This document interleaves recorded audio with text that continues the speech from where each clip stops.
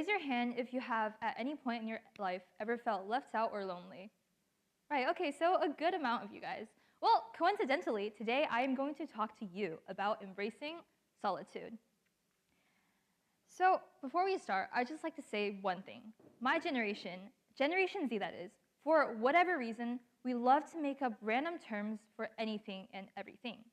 So, here we have YOLO, FOMO, and JOMO, which I think this is still pretty acceptable. Yeah, well, now we've got these. And I'm going to be honest, 50% of these, I don't know what they are, I don't know where they came from, and the other 50%, I can't explain to you.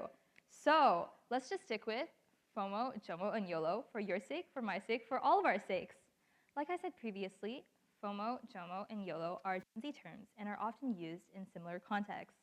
YOLO is probably one acronym you've heard of before. It stands for You Only Live Once. And this generally encourages people to do as their heart wishes because, well, you only live once. Now on to FOMO and JOMO. So you might be thinking, Nicole, what is wrong with your generation? What are these nonsensical strings of letters that you guys come up with? Are they a new dance move or are they a new trending soda? Well, if you thought either of those, congratulations, you're incorrect. Well, FOMO and JOMO are a lot deeper and more fascinating than those, unless you're a hardcore dancer or a soda fanatic. But then I guess you do you. Okay, picture this. It's a Friday night, and your friends are out at some fancy restaurant while you're at home watching, I don't know, Mr. Bratton, what's your favorite movie genre? Science fiction. Okay, so you're watching a science fiction movie, and you're eating a large tub of ice cream. And you look at your phone, and you see your friends posting their #nightout, #yay pictures on social media. But you don't feel alone, because you're having the time of your life in your house alone. This is a great example of JOMO, the joy of missing out. Now, the main principles of JOMO are straying away from comparison and instead focusing on gratitude, what you have in your life right now.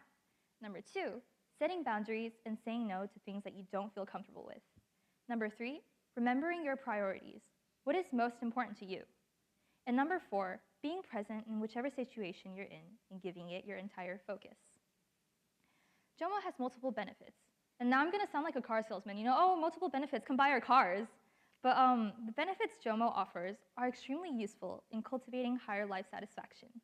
For starters, it reduces stress and anxiety, helps enhance focus and productivity, forms a stronger overall connection to oneself and loved ones, and it helps improve your physical and emotional well-being.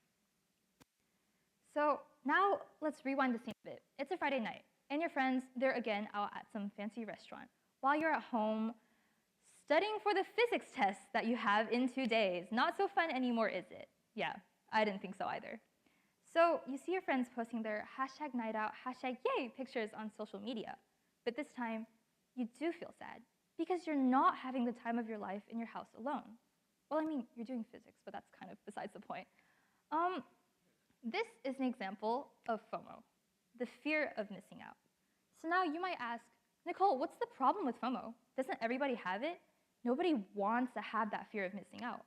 And while you're absolutely correct, FOMO is an extremely common and perfectly valid feeling to have. If you keep on feeling down and down and down and down because you feel as though you're constantly missing out on something, it'll be extremely detrimental to your health. At its core, FOMO is a form of comparison.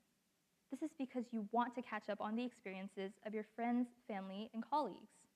This can lead to stress, which can also be caused by constantly checking your social media, your phone, your emails. This then leads to anxiety, which causes a feeling of being overwhelmed. FOMO can also fuel antisocial behavior, and it takes away our abilities to fully engage in meaningful activities, experiences, and quality conversations. And by now, I'm hoping that y'all are thinking a similar overarching question. How can I overcome FOMO to achieve JOMO? Well, the moment you begin to enjoy your own company is when being alone starts feeling less and less lonely. But how can you introduce yourself to that comfortable solitude? Well, stop. Prioritize your commitments and learn the art of saying no. This can be difficult, especially if you already have that fear of missing out.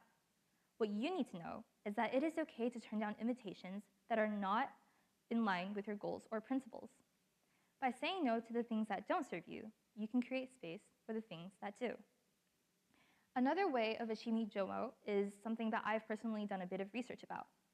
So over the summer, I've worked with Harvard professors, Professor Ellen J. Langer and Professor Deborah Phillips in developing a research paper regarding the effects of mindfulness and mindlessness in love. The findings concluded that people must focus on the present and live in their attempts in order to grow as individuals, all the while maintaining an open mindset. Mindfulness in life refers to the act of being fully present in a situation, whether that be eating outside with friends or just sitting in class. This allows you to break harmful bonds such as social media reliance or addiction, while allowing you to form connections with individuals in a present situation. While cultivating JOMO, the most important thing to know is that everybody inevitably misses out in various aspects of life, especially when taking its vastness into account. In other words, everyone is always doing something without you. The main point is for you to find happiness within your own experiences without fixating on the activities of others. I think it's important to know that when in the process of transitioning from FOMO to JOMO, you will have thoughts like, how am I ever going to feel happiness in the same way again? And this is where it's so important to realize that happiness doesn't come from other people. It comes from you. You are always someone who could feel happiness, and just because someone may exit your life doesn't mean that the feeling should vanish. This is because they didn't give you the capacity to feel. They just gave you a place to express it. And now you must become your own place, allowing yourself to become painfully vulnerable and realistic. At the end of the day, we're all human. We're incredibly human, and we're flawed. But by truly understanding yourself and your needs, you can transition from the apprehensive fear of isolation to embracing a liberating solitude. Thank you.